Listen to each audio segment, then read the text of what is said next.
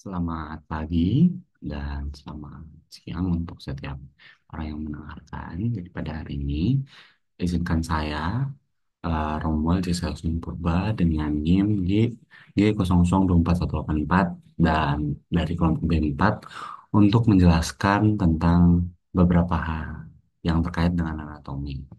Yang pertama yang akan saya jelaskan adalah anatomi mandibula dan musculus mascitothores dan musculus regio antebrachi dan manus da- secara inervasi dan anatominya dan kinesiologinya serta anatomi anatomi dan ligamento pada genu serta anatomi os femur.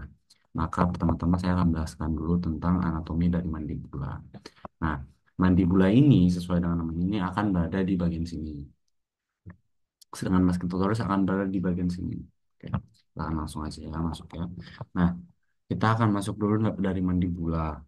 Nah, di sini di mandibula ini eh, ada beberapa bagian yang cenderung penting dan sering akan kita lihat juga. Pertama dari head atau kaputnya itu. Nah, head atau kaputnya itu nanti akan menempel di bagian sini. Eh, sama saja dengan prosesus kondilar yang bersama dengan pterygoid dan fossa, di mana mereka itu nanti akan menempel di tulang ini, di sini.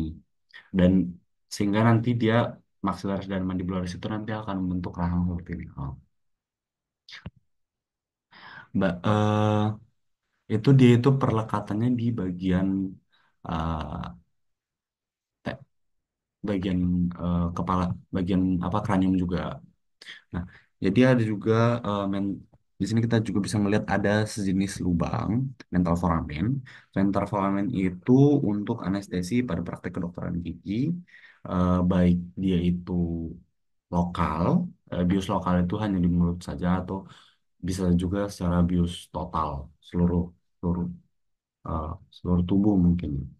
Oke, baru ada juga head atau kaputnya itu atau proses kondilarnya itu untuk perekatan dari mandibula dan maksila. Baru juga tuber tuberkulum mental, tuberkulum mental itu yang ini nih. Nah, tuberkulum mental ini biasanya itu yang akan membentuk dagu. Nah, tapi anatomi dari tuberkulum mental ini biasanya cenderung ada yang uh, cenderung akan sama, tapi ada juga yang memiliki tuberkulum mental yang agak sedikit lebih lancip. Nah, selain itu ada juga foramen al- foramen eh, foramen mandibula itu yang mandibular foramen. Nah, di bagian sini dia itu adalah persyarafan alveolar inferior dan melindunginya dari berbagai kerusakan. Nah, jadi di bagian sini itu ini kan gigi. Nih, di bagian sini itu nanti di dalamnya itu yang di balik sebaliknya ini itu dia ada mandibular foramen yang gunanya untuk menjaga apa saraf alveolar inferior itu agar kita itu tetap bisa ngunyah. Ini kan apa sarafnya itu untuk ngunyah ya biasanya.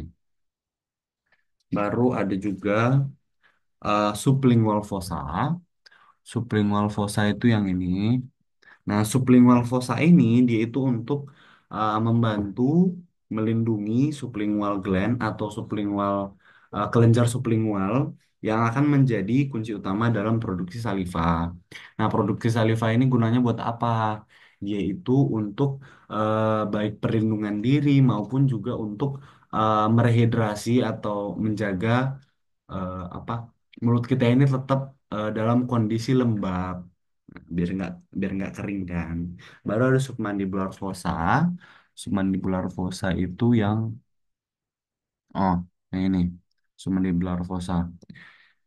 Dia itu untuk menjadi tempat secara anatomis untuk kelenjar submandibular itu juga untuk ditempatkan.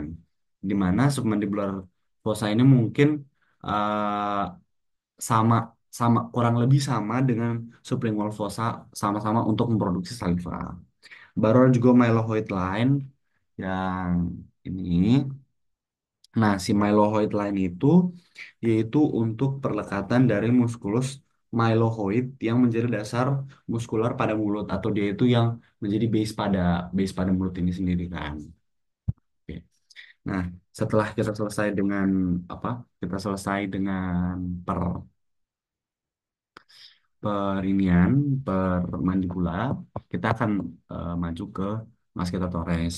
Nah, masseter-Torres ini merupakan jenis otot yang eh, fungsi utamanya itu karena dia berada dalam mulut itu untuk maunya.